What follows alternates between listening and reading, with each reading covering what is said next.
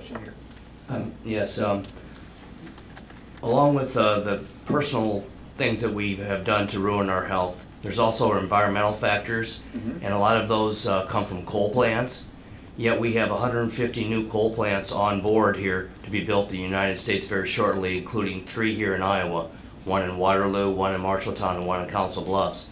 Would you have a plan to cap the emissions of these coal plants, which are really ruining our health?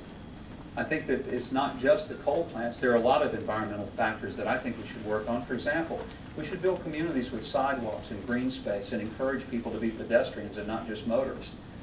We ought to be looking at forms of energy that are not carbon producing. Here in Iowa, I visited a plant, for example, that uses hydrogen, which only releases water. It's an incredibly efficient, amazingly effective way to produce energy. And with ammonia-based hydrogen, it doesn't have to be a hydrogen cell, which right now is in really a rather primitive state of development. Nuclear energy, though a lot of people are scared to death of it, quite frankly, it's one of the most efficient and truly safe ways. That's why France provides nearly every bit of its power.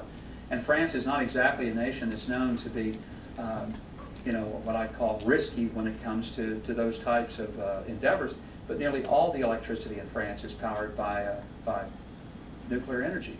So there are ways in which we change it, but some of it has to be the will to do it. Getting us off of fossil fuels is critical. We ought to be setting that as a 10-year goal, not a 50 or 25-year goal, not only because of the environmental factors, but because of the renewability factors and the sustainability factors as well. So yes, environment plays a very important role. It goes to the issue of the atmospheric changes that we have around us, and I think that's, you know, a very valid point. Let me tell you